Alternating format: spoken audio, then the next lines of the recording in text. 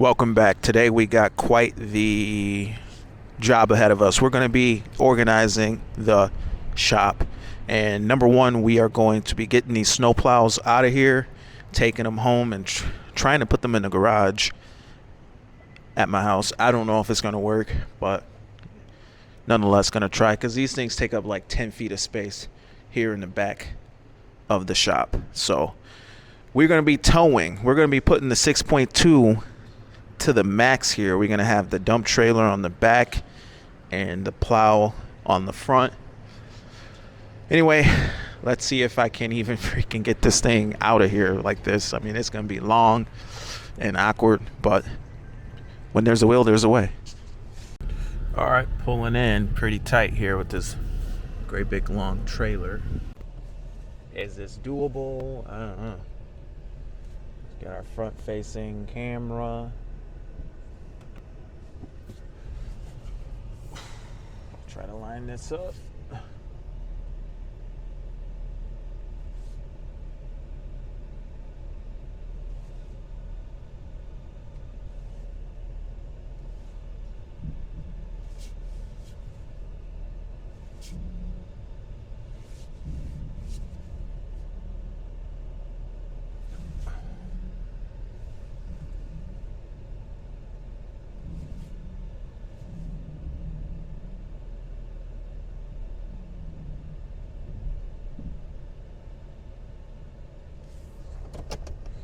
All right, let's see here. All right, so I'm about to back it on up, and I don't know how I'm gonna get this thing out of here because it's tight.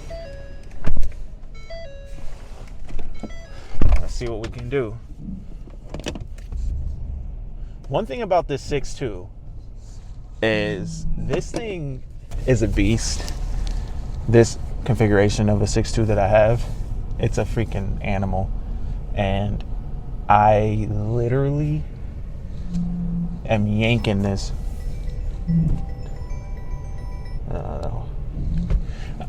I'm literally yanking this dump trailer around like it's nothing.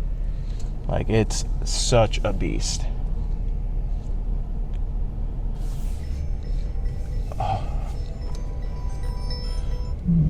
Hello? Yeah. What's up? Backing up this big trailer out of the shop with the plow on it and the truck being crazy. What's going on with you? You're pulling plows out of there? Yeah. Yeah, I think today would be a good day for it. Yeah.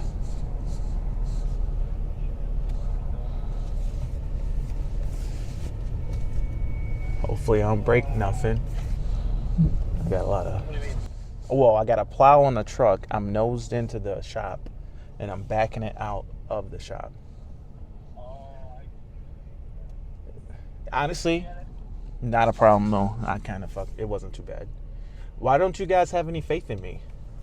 You, Mike, you guys think I'm retarded? I swear, dude, I don't think Mike... Bro, he would not have let me do that if he was here. Bro, he would have been like, no, we got to do it like this. And, dude, it would have banged on your truck anyway. No, we could have did it. The one thing we could have did better is not had it spin a little like it did. And we could have still did that with the bucket.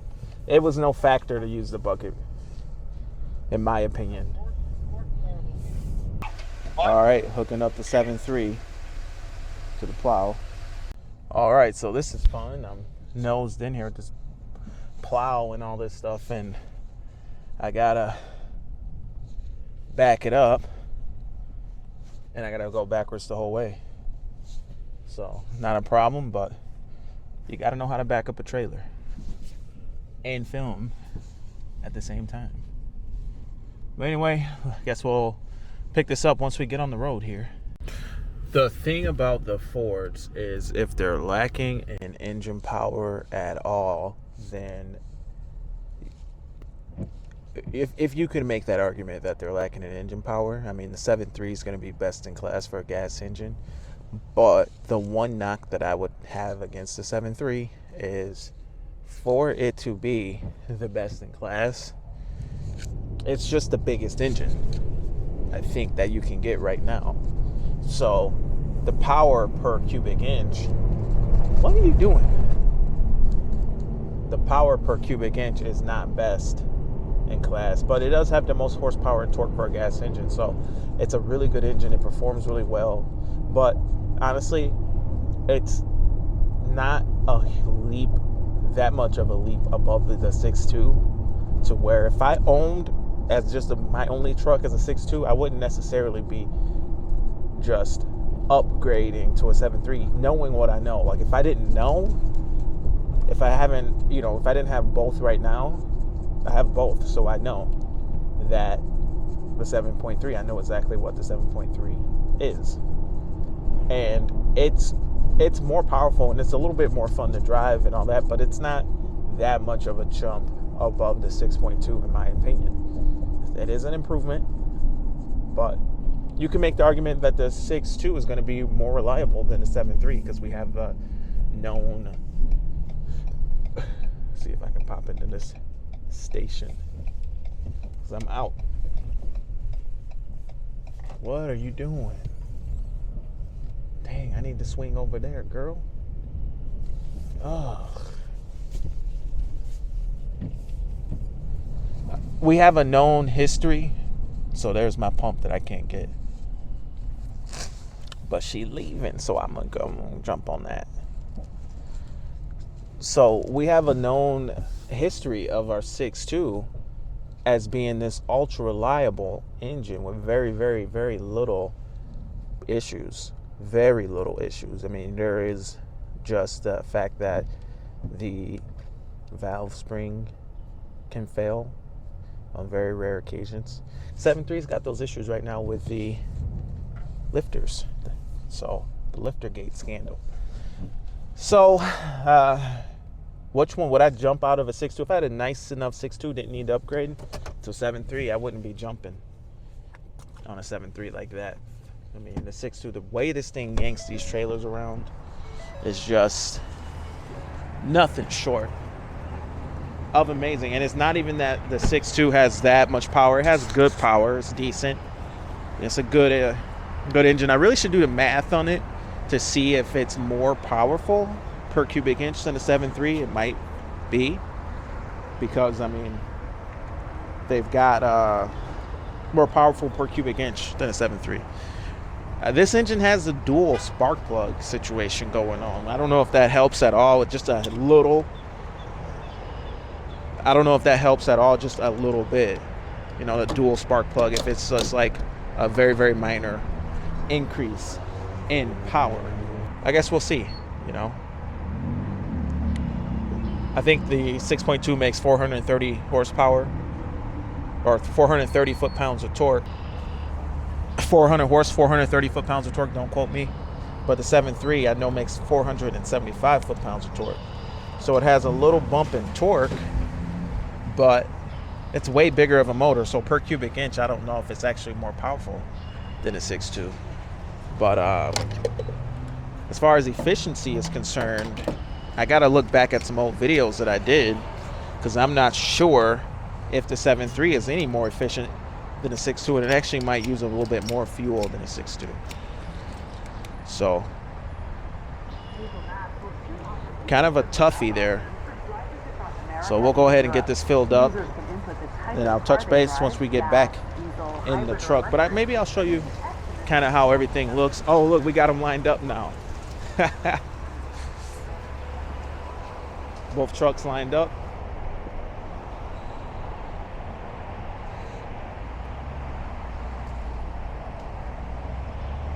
The 6.2 is doing all the heavy lifting.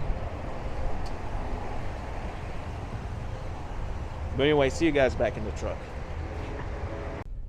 Okay, so leaving the fuel station now, and what are we gonna do? We got all this weight on here and everything. Let's just do it right and jump right on the freeway. See what old 6.2 can do. We got 1,000 on the front. We got 6,500 in the back. We got a 5,000 pound trailer. We've got a 1,200 pound mower, and we've got at least 1,000 of just debris. Is it 1,000? 800. 800 pounds of just debris in the nose of the trailer. We got a couple 100 pounds worth of stuff. Now, as I'm accelerating here, let's be for real, I can feel that weight. I'm gonna put it in tow haul. I usually don't even run it in tow haul because this truck's geared for a 430 gear, but I can feel it. I can feel it. But the point is, the truck, put on my seatbelt, and right now people are probably in the comment section like, put on your seatbelt. You're right, I need to. I'm not gonna say it's diesel territory where you like have all the power to accelerate and pass and all that. I mean, no, it gets the job done though. It gets the job done, no problem. And 65 miles an hour, 6 gear, 2,000 RPM, the engine's happy. And that all comes to the fact that Ford right now, they give you the gearing that you want. I think GM is really not offering the same gear ratios where they have a kind of a good engine. A lot of the mechanic guys will straight up tell you that they don't like the GM engine because they incorporated the direct injection into the motor. But I like direct injection as a consumer because it does have a little bit more power, a little bit more low end torque. They can run higher compressor ratios on those direct injected engines, and technically they should be able to be a little bit more. We're down in the fifth here as we go over some bends and stuff. What was I going to say? Oh, the direct injected engines should be a little bit more efficient. But from a mechanic and repair standpoint, mechanics, if you ask a mechanic what truck is he getting, he's going to go for a port injected engine because he knows that direct injected vehicles have more problems. They have more failure points. They have carbon issues, things like that. Now me, I like to have the power and stuff. I don't know. I guess reliability is good too. I don't want it broke down all the time, but if you think about reliability, the 6.7 is nowhere near as reliable as this 6.2. I mean, it's just, so when you think of reliability, this 6.2 is just king. Think about the difference. If I would have owned the 6.7 for the last few years compared to the 6.2, you're talking hoses blowing off. You're talking all different type of disaster prevention kits. You're talking all different kinds of weird things that can go haywire with regards to having a 6.7. So reliability wise, having direct injection, yeah, it lowers reliability just a little bit, and it can really increase the power though. Say you have a 6.7 say you have like a 7.3 and it had dual injection, and a lot of guys have pointed out that it looks as if the 7.3 has already been kind of designed for the dual injection system. And my theory is when there's a competitor that comes out and can beat Ford on power with the 7.3, when they come out with that, I think that's when Ford will launch a dual injection system, because it wouldn't cost that much for them to kind of make that tweak, being that there seems to be evidence that they've already kind of planned for that in the design of the motor. Sources have said, not just coming from me. Well, instead of the compression ratio on the 7.3 being what it is, I think it's like 9-to-1 compression or something. Don't quote me. I'm driving, guys, so I can't think that hard. But the compression ratio being what it is, maybe they could take it to like 10.5-to-1 or 11-to-1. The 5-liter Mustang, when they went to the dual injection system, they raised the compression ratio to 12-to-1. And look at the power on a 5-liter Mustang, or even a 5-liter F-150 with that added compression and the dual injection. You see the power go right up to that year, in that specific year, going up to numbers that are comparable to the 7.3, maybe in some cases higher. And it's a much smaller engine. So imagine that kind of power coming out into the 7.3. Instead of it having like 475 foot-pounds of torque, it goes up to like maybe 500 foot-pounds. But anyway, I'm going to continue this drive here. I'll touch base with you guys once I get home. See you at the next scene. Now for the fun part. How am I going to get this plow in the garage? I'm not sure if it's going to work, but I'm going to try to shove it back there with the mower. Maybe I'll have to go buy some dollies. I don't know, but we'll try and see what happens.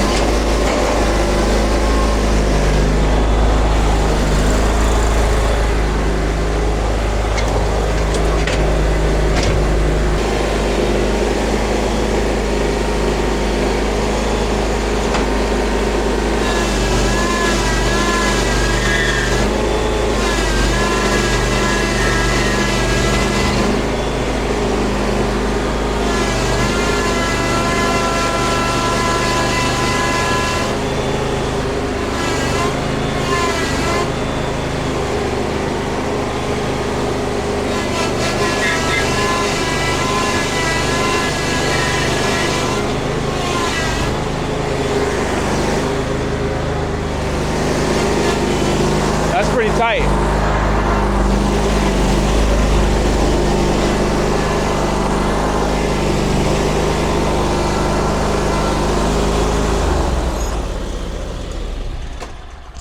All right, so that's one down. I guess we proved the proof of concept, and we'll do the other one off camera. All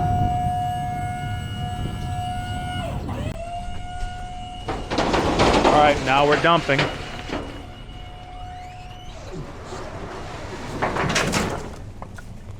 Keep going.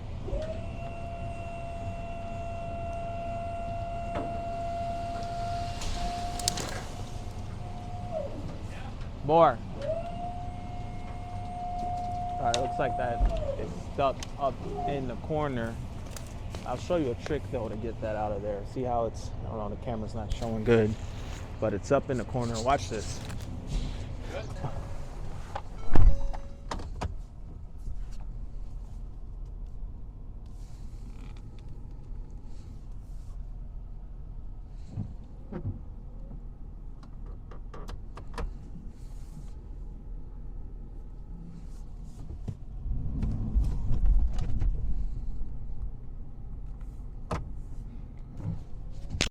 So I guess that's what it needed.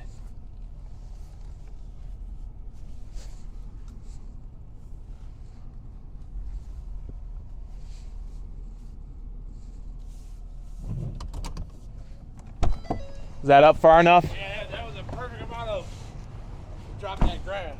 Yeah. So I guess that was the trick to get that out.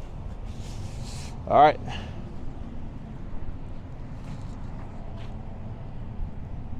See you guys back inside the shop. And that's a wrap. I didn't film the whole thing, but we got a bunch of stuff done in the shop. Mowers, all maintenance, oil changed, all the blades changed, greased everything. Still got to fix this dump trailer, but we'll get around to it. But anyway, this is Sean. This is DES Trucks. See you guys in the next one. Over and out.